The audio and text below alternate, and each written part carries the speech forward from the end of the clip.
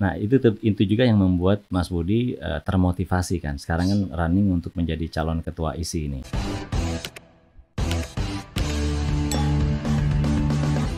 Oke, teman-teman semua, saya hari ini kedatangan seorang tamu yang sangat istimewa, seorang kakak kelas saya di Teknik Geodesi UGM. Kita akan sambut Mas Budi Martono. Halo Mas Budi, apa kabar? Sangat baik, Bli Andi, apa kabar? Baik, Wah, orang waduh. hebat nih. Senang sekali bisa ketemu, Bli Andi. Matur nuwun sangat. Kita terakhir kayaknya tuh kerja secara agak intensif tuh di Jawa Timur ya Mas ya? Benar? Waktu kita mendatangkan Stig Enemark, betul ya? Ya, Profesor Stig Enemark. Ya, kita bicara soal kadaster ya segala macam waktu itu. Saya Betul. sangat terhormat tuh diminta untuk jadi moderator kalau tidak salah waktu itu. Matur nuwun sangat. Terima kasih. Berkat Bli Andi dulu, luar biasa acaranya. Ini kita kan sudah lama tidak ketemu secara fisik paling tidak, walaupun ya di sosial media tentu sapa menyapa begitu. Jenengan sekarang di mana nggih Mas Budi? Saat ini saya ditugaskan di Kanwil sebagai Kakanwil BPN DKI Jakarta. Wah, mantap sekali ini. Kalau tidak salah jenengan juga sebelum ini di direktur apa ya? Ya, Maaf, betul ya? sebelumnya saya di Direktur Tematik di Kementerian. Oke, siap. Berarti karirnya dengan di BPN, ATR BPN itu sudah cukup lama ya, Mas? Berapa lama? Berapa tahun ya? Ya, lebih dari 2 dekade lah ya. Oh, Jadi siap. cukup untuk ruang belajar bagi saya. Siap, siap. Oh, 2 dekade ya. Berarti Ya. tahun berapa ya masuk 97 proses? saya masuk. Oh, 97 ya? Ya, 94 saya lulus dari geodesi, Nggih. saya di Astra dan di mana? Astra Group lah di Siap. UT, kemudian gabung di BPN 97. Oh, gitu ya. Ada satu kesamaan kita nih, Mas Budi. Ya. Saya keluar dari geodesi pernah masuk Astra juga. Oh, Paling tidak. di Astra mana? Saya di Astra Auto Parts di Kelapa Gading dulu. Saya iya, ngerjakan IT Satu lah grup begitu kita. ya. Satu grup, betul sekali. Ini saya terus terang ini merasa sangat senang. Saya tuh biasa nih Mas Budi bersantai-santai dan beriseng-iseng untuk membuat podcast. Saya sering sekali mengundang alumni gitu, yang saya pikir punya cerita yang akan bisa menginspirasi adik-adik kita. Itu sih intinya. Saya wawancara berapa yang muda, yang senior, yang baru, yang lama. Saya pikir itu mereka punya semuanya cerita-cerita yang unik. Dan Mas Budi adalah salah satunya yang saya lihat ini banyak punya kisah lah begitu ya. Tidak saja melulu soal karir, ya karirnya sangat cemerlang tentu saja, tapi kan orang yang punya karir cemerlang tentu banyak gitu. Tapi Mas Budi saya kira salah satu yang saya senang lah ajak ngobrol untuk bisa dapat inspirasi. Jadi matur nuwun ini sudah berkenan. Terima kasih. Oke. Niki sekarang di rumah berarti ya? Di rumah lagi work from home. Oke. Nanti mau ke Semarang. Oh, siap. Nggih. Munas dan VTC ya. Oh ya, betul sekali. Saya juga akan ini tuh Mas, akan datang tuh nanti rencananya. Oke. Nggih. Di Jakarta sekarang berarti ya? Di Jakarta. Kalau boleh tahu, ya Kak Kanwil tentu secara standar begitu tugasnya demikian ya. Tapi apa aktivitas-aktivitas yang menurut Mas Budi itu menarik atau strategis tuh yang sekarang dilakukan di Jakarta, Mas? Oke. Bli Andi dan kawan-kawan, saya mendapat keuntungan yang sangat besar di DKI. Kita sama-sama tahu luar biasa banyak kasus. Ya. Luar biasa banyak bintang begitu. Jadi hampir tidak ada jenderal, hampir tidak ada petinggi-petinggi yang tidak punya kepentingan dengan tanah ya di DKI. Nah, ini kesempatan besar bagi saya untuk bertemu dengan para bintang. Nah, di antaranya Pak Anies Baswedan. Ya. Pak Anies Baswedan ini membuka pengalaman saya, memberi inspirasi, demikian juga dengan bintang-bintang yang lain, tentu memperkaya diri saya. Begitu, Bli. Oke. Yang sekarang dilakukan secara teknis dari segi pertanahan apa itu, Mas? Yang penting di sana? Begini, Bli. Okay. Jadi saya akan cerita tentang hal yang menurut saya ini sangat monumental, terutama bila kita bisa menangkap dengan baik momen ini, yaitu administrasi pertanahan. Oke. Ya.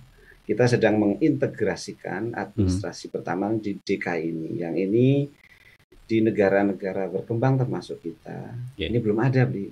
Jadi begini ceritanya. Jadi walaupun kadaster ini sudah mungkin ratusan tahun, bahkan mungkin sejak Mesir itu ya, Bli, kita sama-sama pelajari the Major Land Registration, Tapi yang namanya land administration itu baru diterminologikan oleh PBB tahun 96 nih. Oh, oke. Tahun 96. Saya baru Dan masuk itu peran UGM itu pakai land administration guidelines ininya ya, publikasinya World United Nations. Ya. Nah, di situ dan di tahun-tahun sebelumnya ternyata di dalamnya itu peran surveyor. Oke. Profesor Stig Enemat, Profesor Ian Williamson dan kawan-kawan itu mendefinisikan ternyata begini, ini yang momentum integrasi ini. Jadi land administration itu ada 4 fungsi. Awalnya 3, sekarang jadi 4 dan berkembang. Satu di land tenure. Land tenure itu tentang penguasaan pemilikan yang di kita BPN. Oh, siap. BPN ya. Kemudian di land value. Land value itu nilai tanah yang di kita PBB, BPHTB itu ya. Siap. Nah, di yang ketiga, fungsi yang ketiga land use itu di penataan ruang. Yang kalau kita di Pemda. Ya, dan yang keempat itu land development, yaitu perizinan-perizinan. Nah, kita Indonesia dan negara-negara berkembang yang lain berbeda dengan negara-negara maju. 4 ini ininya harus kadaster yang sama, diintegrasikan, harus terintegrasi dengan peta yang sama. Itulah surveyor. Nah, inilah yang di DKI sedang dikembangkan, sedang diusahakan, tidak mudah. Ini momen luar biasa. Yang baru 96 diinikan oleh PBB dan sekarang kita coba satukan, kita coba integrasikan. Namun belum masih inisialisasi ya. Kita dikasih dana sangat cukup oleh Pak Anies. Kita sama-sama tahu sekarang ini masih silos, Bli. BPN punya peta pendaftaran ya, Bli ya. Kita pakai bahasa geodesi ini. Kemudian PBB BPHTB punya peta blok ya, Bli. Kemudian di penataan ruang punya peta tata ruang. Dan di izin juga ada peta-peta sebagai lampiran perizinan. Nah, 4 peta itu, Bli. Kalau kita overlaykan, itu di kita nggak bisa, nggak sama. Jadi yang dikatakan satu data, satu peta. Ketika 4 fungsi ini ternyata masih mengandung tumpang tindih istilah di satu data satu petanya, PT itu ya, masih mengandung tumpang tindih. Dan di kalangan surveyor dunia itu tidak mungkin pembangunan berkelanjutan bisa terwujud tanpa ini terintegrasi. Bagaimana nanti peta BPN jalan dipakai sendiri, peta PBB jalan sendiri, peta tata ruang jalan sendiri, perizinan jalan sendiri. Akibatnya seperti DKI, akibatnya seperti kota-kota di Jakarta, kota-kota di Indonesia lainnya. Tidak terintegrasi pembangunannya. Bisa dikatakan begitu. Ini yang sekarang sedang kita hadapi. Saya membayangkan ini tantangan yang cukup lama sebenarnya umurnya. Kita bicara soal seperti itu. Sekarang Mas Budi saya kira menghadapi tantangan itu yang tentu ya cukup serius ya, atau sangat serius bahkan.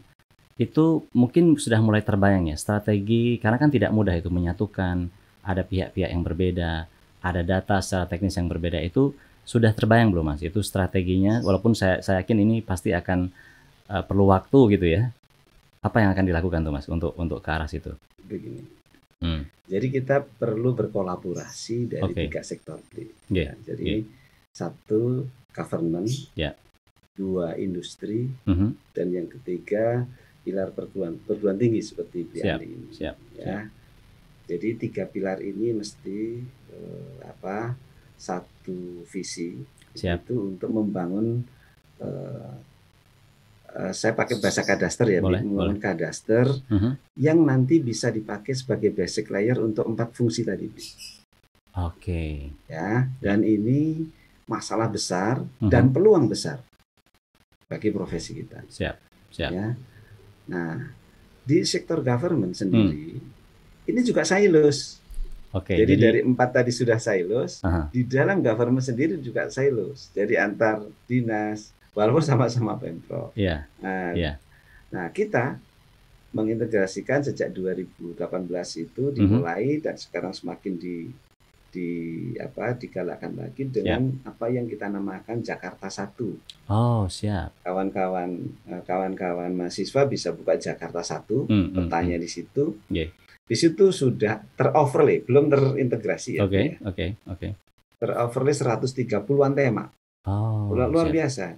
Tapi itu masih baru awal ya. Ternyata setelah terintegrasi 130 tema mulai dari BPN, mulai dari semuanya, mau listrik, mau semua 130 tema, itu udah mimpi kita dari dulu. Sudah terwujud. Namun ternyata ada hal-hal yang masih menjadi masalah sekaligus peluang. Siap. Itu yang saat ini sedang kita address bersama Pak Anies. Yang menantang sekali, butuh bantuan akademisi. Siap. Kemarin dari UGM membantu bagaimana 3D Cadastre. Siap. Ke depan kita minta bantuan bagaimana geocoding alamat. Siap. Nah, itu pekerjaan besar. Pekerjaan pasarnya besar sekali nanti kalau itu terjadi. Nah, itu menarik tuh yang berikutnya. Kita kan selalu bicara soal data, peta dan segala macam, dan kita yakin sekali itu penting gitu. Tapi kadang-kadang ini kalau menurut saya orang tidak ngeh itu. Ya, kepentingannya itu karena mereka tidak melihat value dari peta itu secara nyata, misalnya berapa duit sih yang bisa dihasilkan dari kalau petanya bagus, kira-kira begitu ya. Mungkin saya kira tantangan kita sekarang mengkomunikasikan itu dengan berbagai pihak bahwa dengan peta yang baik maka impact ekonominya signifikan. Betul nggak? Kira-kira begitu. Luar biasa signifikan. Oke, mungkin bisa diceritakan Mas Budi beberapa hal yang akan bisa lebih bagus dengan adanya peta yang bagus ini. Begini. Misalnya sekarang kita tahu Google ya. Betul. Bagus sekali. Ya, Google bagus sekali. Ya. Kemudian ketika kita juga pakai sebagai base map bagi 130 tema itu pun peta-peta yang dikolek oleh Google ini itu kita mencari objek dari tema-tema 130 tema itu di satu titik susah sekali. Oke. BPN menggunakan ID sertifikat, nomor sertifikat. Oke. Ya. Lihat nomor sertifikatnya berapa? Nggak akan hafal. Siap. Nggak akan hafal. Ya. Kemudian demikian juga dengan tema-tema yang lain punya ID yang berbeda-beda. Ternyata, misalnya contoh kecil saja, kita belum punya standar alamat yang ber-ISO begitu ya. Yes, betul. Nah, misalnya begitu. Ya. Jadi seandainya ini bisa, nanti di Google pun juga akan rapi nanti ini. Coba sekarang kita pesen GoFood. Nah, pesen GoFood. Alamat.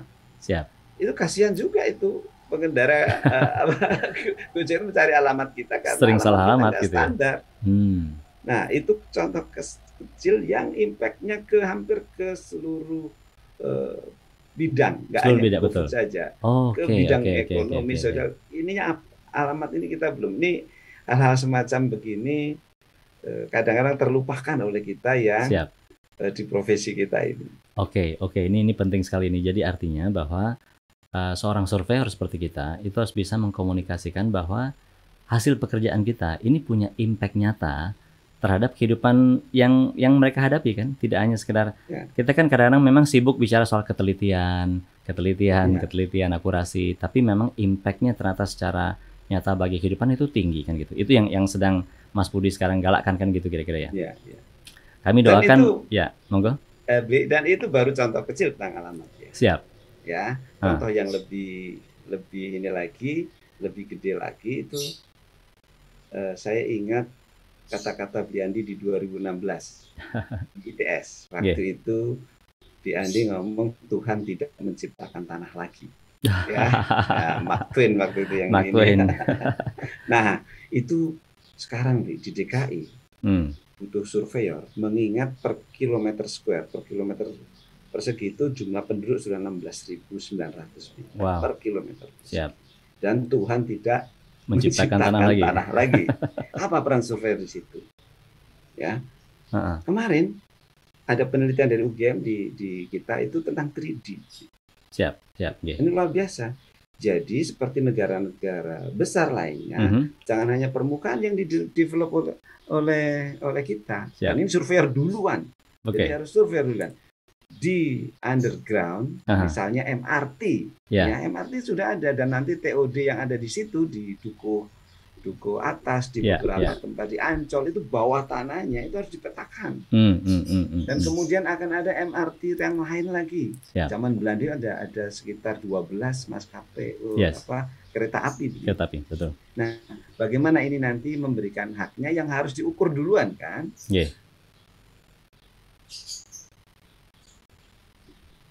Siap. Ke atas ini di Jakarta ini sudah ada 414 tower, ya. Dari 414 tower, ini saya ini kan ke surveyor ya. Jadi dari 414 baru 160-an yang bisa kita sertifikatkan. Ya, jadi mayoritas gedung di Jakarta ini belum punya hak milik atas satuan rusun rumah susunnya. Belum, dan ini menimbulkan masalah besar. Dan ini impact-nya luar biasa, baik sosial maupun ekonomi. Sosial itu nanti kasus-kasus tanah, ekonomi itu nanti bisa dijual beli, bisa dihak tanggungan, ini impact-nya luar biasa. Itu 65% belum bersertifikat karena belum kita ukur. Wow, ini mengejutkan ini fakta ini. Dan masih banyak lagi. Jadi peran kita luar biasa. Jadi tantangannya memang ke arah situ ya. Iya, itu yang sedang kita address bersama Pak Anies di DKI. Siap. Matur nuwun sangat, luar biasa. Ini sorry kalau boleh tahu, Mas Budi baru beberapa lama ya di DKI ya? Berarti 1 tahun. 1 tahun. Ini saya kira PR-nya masih banyak tentunya. Semoga jalannya juga masih ada begitu ya. Tentu kami dari kampus akan mendukung dengan baik. Saya kira kita punya banyak ahli. Kalau saya sih memang bidangnya agak berbeda. Saya tahu tuh ada Pak Trias dengan kawan-kawan di kampus yang sudah banyak sekali membantu juga. Mas Budi, saya kalau ngelihat jenengan ini, tadi kan sudah bicara soal peran sekarang ya. Jenengan ini menurut saya komplit gitu pengalamannya, organisasinya kenceng gitu. Masih sempat-sempatnya ngurusin isi gitu. Itu gimana tuh motivasinya dan caranya? Karena kan jadi pejabat dan jadi abdi pemerintah itu udah sibuk sekali gitu. Pripun nih Mas? Sebenarnya kehidupan dari small talk begini, seperti saat ini. Siap. Ya, semua bisnis, semua peluang bisa diciptakan dari small talk. Ya. Dan yang kalau sudah terjalin silaturahmi, terjalin sama-sama tepas, itu lebih mudah bagi kita untuk membawa suatu ide, membawa suatu peluang untuk menjadi kenyataan. Nah, saya nggak hanya di isi ini baru mau mencalonkan ini ya sebagai ketua umum. Dulu saya di Jawa Timur pernah. Di Jawa Timur ya, sebagai saya di komisariat pun komisariat Jawa Timur dulu saya ketua. Iya betul. Nah, beberapa tahun yang lalu ketika kita membuat acara bersama. Terus ingat saya tuh. Saya lihat di tenis juga ya, betul ya? Itu keren sekali tuh. Saya nggak tahu kalau jenengan ternyata segitu pentingnya perannya kalau saya lihat. Mau ceritakan sedikit, Mas Budi? Jadi saya diminta sebagai ketua bidang pembinaan di PLT dan di sini menjadi manajer tim, juga memilih pemain yang mewakili negara. Ini memberi experience baru bagi kita juga. Jadi gini, Bli. Yang tadi saya ceritakan itu adalah peluang-peluang yang bisa diambil oleh surveyor bila kita bersatu. Ini saya hubungkan dengan tenis. Siap. Ketika kita mewakili Indonesia kemarin, kita menyayangkan kawan-kawan kita dari Filipina. Dari Filipina itu di-ban oleh ITF, tidak boleh main. Oh gitu ya? Di Davis nggak boleh main, di Asian Games nggak boleh main, di Olympic nggak boleh main. Kenapa? Karena di sana ada 2 PLT. Hal yang sama dialami oleh kawan-kawan kita di Indonesia di hoki. Ada 2 organisasi. Waduh. Nah, di internasional nggak boleh begitu. Nah, siap. Diisi di dunia kita. Itu masih begitu. Saya harus solid ya. Hanya satu. Hanya satu. Ya. Dulu ketika di BPN ini ada proyek berbantuan Bank Dunia, namanya Land Administration Project, adjudikasi beli. Banyak survei waktu itu timbul ISKI, Ikatan Surveyor Kadastra Indonesia. Ketika proyeknya berhenti juga. Nah, sekarang ada adjudikasi timbul MASKI. Menjadi seakan-akan ada 2 organisasi. Nah, hal semacam ini alangkah baiknya kalau bersatu. memperkuat. Surveyor kadaster sangat penting. Dia engine di sistem administrasi pertanahan dan di turunan-turunan lainnya. Sangat penting. Disebut oleh para ahli sebagai mesinnya sistem administrasi. Sangat penting. Tapi secara organisasi, kalau kita sendiri-sendiri, akibatnya paling gampang kita sebut nanti banting-bantingan harga, rebutan kewenangan, hal-hal yang nggak perlu menyita energi. Siap. Inilah pengalaman yang saya dapat ketika saya di tenis. Ketika kita di organisasi, kalau di internasional begitu. Jadi kita harus bersatu. Kebersatuan itu penting sekali gitu ya. Walaupun mungkin perlu ada semacam unit-unit yang ngurusin tertentu, tapi kemudian koordinasinya harus solid, saya kira begitu ya, Mas Budi. Salah satu tipsnya ya. Nah, yang saya mau tanyakan juga itu, organisasi itu penting. Sementara Mas Budi sendiri adalah seorang pekerja profesional di pemerintah. Itu jenengan memang melihat ya bahwa aktif di organisasi ini juga mendukung aktivitas tugas selama ini gitu. Makanya jenengan juga tetap aktif di ISI begitu ya, tetap aktif di tenis. Betul nggak? Ya, sangat penting. Jadi saya sangat senang untuk berorganisasi karena setiap ada event-event begitu ya, ada pameran dari industri, kemudian ada event-event di perguruan tinggi seperti besok itu di Undip gitu ya. Kita akan saling melihat bagaimana sih perkembangan penelitian di akademik, kemudian bagaimana sih perkembangan alat-alat survei, dan kemudian bagaimana ini mengatur di government-nya. Selama ini, misalnya 3D yang saya sebut tadi, pasar siap. Perguruan tinggi sudah mengeluarkan hasil penelitian. Namun government bagaimana ini menjadi aturan? Gimana sih nanti survei mengukurnya, bagaimana pembiayaannya, bagaimana nanti outputnya. Nanti misalnya dipakai untuk SLF, nanti dipakai untuk pertelaan. SL itu sertifikat layak fungsi. Kemudian bagaimana dipakai untuk pertelaan dan bagaimana dipakai untuk sertifikat. Saat ini surveinya sendiri-sendiri, itu karena government-nya yang ini saya sedang berusaha keras, walaupun industri siap, walaupun akademisi siap. Inilah perlunya organisasi, inilah perlunya kebersatuan. Nah, dengan memiliki seseorang yang berperan di pemerintah, lalu aktif di organisasi, profesi gitu ya. Jadi harapannya nanti menyatukannya peluangnya lebih tinggi. Kira-kira begitu ya, saya bayangkan ya, Mas Budi. Saya harapkan begitu. Ya, Mas Budi, kan saya lihat juga jenengan ini secara akademik ya sebagai profesional juga aktif gitu. Saya lihat menulis juga, sekolahnya kenceng, itu gimana tuh motivasinya tuh, Mas Budi? Nah, jadi dengan menulis kita pasti membaca ya nih. Ya, seperti yang saya bilang tadi, satu jurnal untuk kita bisa masuk ke publikasi internasional, misalnya MDPI itu bisa 70 sampai 100 jurnal tuh kita baca. Nah, itu kan sekali. Memperkaya kita sekali.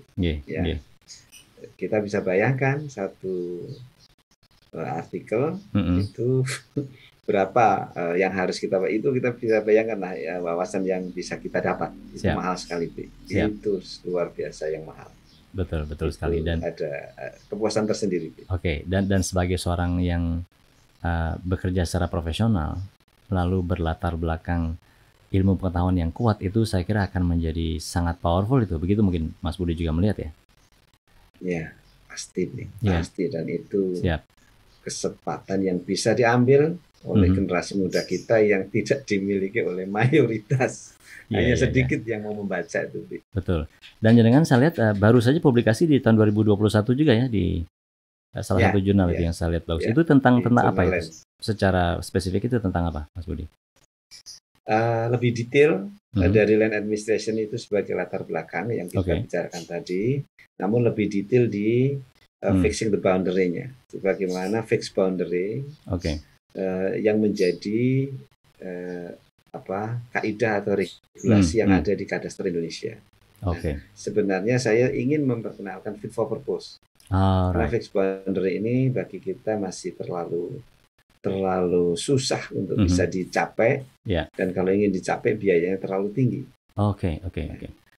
Sebenarnya fit for purpose yang kita dengar waktu 2016 dari Profesor Stegma, pertama kali esensinya itu diperkenalkan oleh Ian Williamson ke kita tahun 10 tahun sebelumnya. Oh iya. Ketika di Bogor Declaration, ya, BPN, Baku Surtanal, ya, pada saat itu namanya Baku Surtanal bersama World Bank, bersama United Nations menyelenggarakan konferensi di Bogor, menghasilkan Bogor Declaration. Di situ Profesor Ian Williamson mengatakan kalau kita ingin kadaster yang seperti negara-negara maju, kita butuh 40.000 surveyor. Kita butuh 40 universitas yang mengeluarkan, yang memproduksi surveyor. Oke.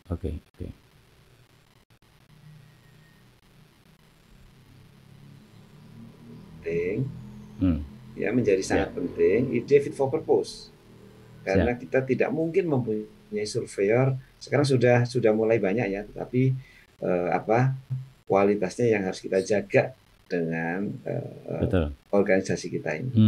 Oke. Nah itu juga yang membuat Mas Budi termotivasi kan. Sekarang kan running untuk menjadi calon ketua ISI ini. Betul ya? Itu betul. Mas Budi bukan orang baru di ISI. Saya tahu kan mulai aktif di sejak lama, lalu jadi ketua komisariat istilahnya di Jatim ya. Apa motivasi yang utama sekarang ini untuk kemudian ingin berkiprah gitu di level nasional, Mas Budi? Ya. Lapangan pekerjaan surveyor, dan sesungguhnya peran surveyor itu luar biasa untuk pembangunan. Oke. Yang sekarang jargonnya pembangunan berkelanjutan ya, SDGs. Baik di sosial, ekonomi maupun environment. Itu peran surveyor adalah kunci. Itu kalau kita ikuti, saya ngikutinya sejak sebelum ditandatangani di 2015. Waktu itu MDGs kita SDGs. Itu sebelumnya di Betras di tahun 99. Itu juga ada deklarasi setelah Bogor tahun 96. Itu semua sudah menyebut bahwa sustainable development cannot be attained without sound land administration. Wow. Ya. Dan ini kuncinya di kadaster, ini kuncinya di surveyor kadaster, ini kuncinya di kita. Inilah motivasi saya. Motivasi saya bagaimana kita sebagai surveyor dan nanti surveyor-surveyor yang lain selain kadaster ini bersatu untuk memberikan produk yang bisa dipercaya. Dipercaya oleh siapa? Karena di sini kalau sudah tidak silos, nanti ya dengan BPN, dengan PBB, dengan tata ruang, dengan perizinan, dan dengan masyarakat. Bagaimana produk kita bisa dipercaya kalau kita banding-bandingkan harga? Kalau kita tidak sempat untuk ngecek produk kita karena banyaknya target. Ya, kalau di QA itu ya kita kenal ada plan, do, check, action ya. Kita ini hanya plan do karena banyaknya target. Kayaknya banyak target dan akhirnya hanya berpikir hanya berpikir output. Kita kurang berpikir outcome bagi masyarakat. Outcome bagi negara. Nah, ini yang saya pribadi termotivasi untuk mengajak, yuk bareng yuk, bisa. Peluang ini besar. Peluangnya sangat besar. Siap. Dan artinya juga dengan mereka berperan nanti surveyor ke arah yang lebih besar tadi, itu otomatis juga memberikan manfaat untuk dirinya sendiri kan, berarti untuk profesi itu sendiri kan, begitu ya? Pasti. Kalau kita mempunyai produk yang berkualitas, itu akan lahir batin puas. Siap. Ini mungkin pertanyaan yang lebih umum sekarang. Di Indonesia ini kan ada banyak sekali institusi yang melahirkan surveyor, ada perguruan tinggi, ada institusi, ada swasta, ada negeri, segala macam itu. Tentu mereka, kita tahu ya, secara teori pasti harus bersatu, begitu ya.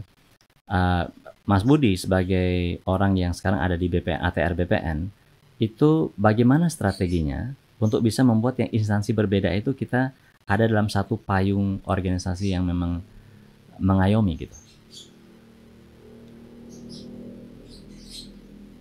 Ya, bagaimana strateginya nanti itu untuk yang berbeda-beda tadi itu kan, sehingga tidak muncul grup-grup baru gitu. Sepertinya internetnya kurang ini ya, Bli ya, sepertinya. Oke, bisa mendengar saya, Bli? Sekarang oke. Saya ulang sedikit mungkin ya pertanyaannya. Jadi Mas Budi, sekarang suara saya terdengar ya? Sangat. Karena institusi yang punya surveyor itu banyak. perguruan tinggi yang melahirkan surveyor juga ada beberapa begitu ya. Bagaimana Mas Budi strateginya nanti memastikan bahwa ini mereka ada dalam satu payung yang sama, bergerak bersama gitu. Monggo. Ya. Jadi kalau seandainya terpilih, kita ingin keterwakilan dari perguruan tinggi, keterwakilan dari industri, keterwakilan dari government itu ada. Oke. Dan saya berharap berkualitas. Oke. Dan juga progresif begitu ya, ketika menghadapi masalah dan mengubahnya menjadi peluang untuk menciptakan produk yang ada outcome ke depan.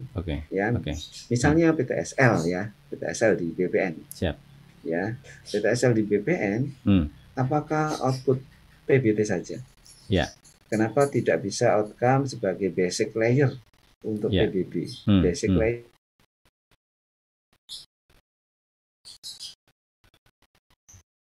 termasuk 3D ke depannya. Ini yang kita perlu bersama.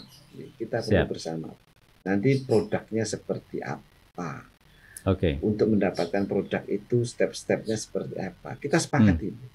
Kita catat, kita rencanakan, kita laksanakan. Itu ya.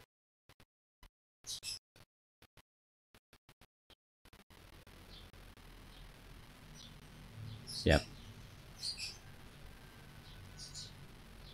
Halo Mas Budi. Ya, sudah on lagi. Mohon maaf, ini kelihatannya di saya nih masalahnya. Masalah jam segini, IndiHome sudah mulai ini dia.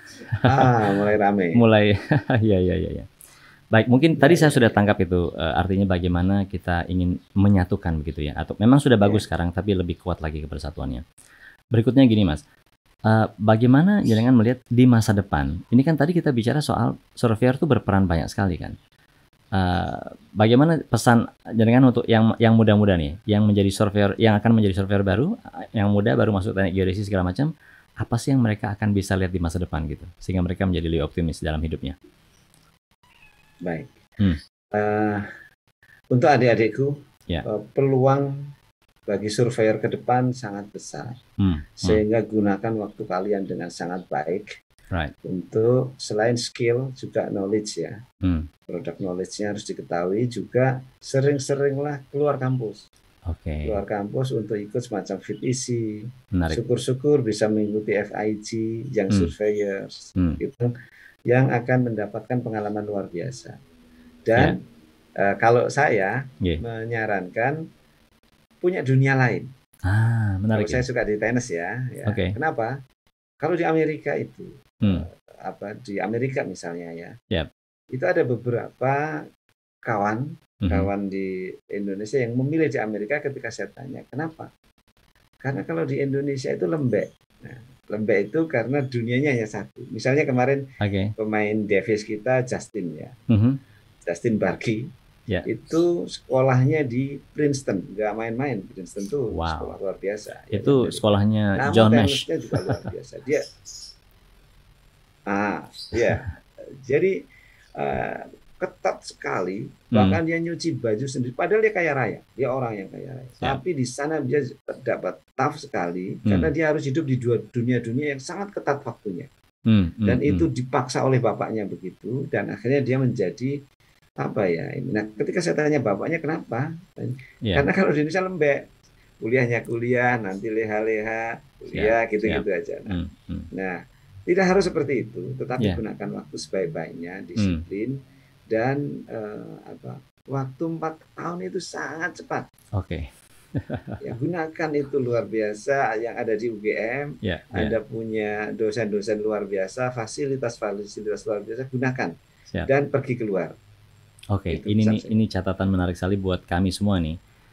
Bergaulah dengan orang di luar bidang kita, itu mungkin ya salah satu yang tadi Mas Budi dengan sangat baik sampaikan. Betul sekali. Baik Mas Budi, mungkin sekarang pesan terakhir untuk yang para surveyor yang sedang ini kan memang Mas Budi akan nyalon ya, tapi tentu punya pesan gitu khusus yang Mas Budi sampaikan untuk para surveyor gitu. Baik, think globally, act locally. Kawan-kawan surveyor ya. Jadi di dunia, di kota-kota besar, produk-produknya itu sudah sedemikian bagus. Yuk kita contoh. Siap. Yuk kita contoh. Dan ini tidak hanya melayani satu institusi, tidak hanya melayani satu fungsi administrasi pertanahan, tetapi bisa melayani banyak kepentingan. Dan di Jakarta sudah kita mulai dengan aplikasi Get Survey ya, yang nanti akan kita kembangkan terus, dan mudah-mudahan ini akan menjadi marketplace kita bersama untuk saling bertukar kemampuan, bertukar ini kira-kira jadikan marketplace yang kita sama-sama perlukan, kira-kira begitu. Betul. Siap. Mas Budi, senang sekali bisa ngobrol dengan Mas Budi. Ini saya tidak sering bisa ngobrol secara fisik ya. Untungnya sekarang ada teknologi, tapi mudah-mudahan nanti suatu hari nanti ketemu lagi, bisa menginspirasi adik-adik. Saya pengen sekali ngundang Mas Budi ke kampus nanti, ke kelas saya itu suatu hari nanti. Siap sekali. Dengan senang hati, saya senang sekali. Matur nuwun. Jadi teman-teman semua, terima kasih sudah menyimak obrolan kami ini.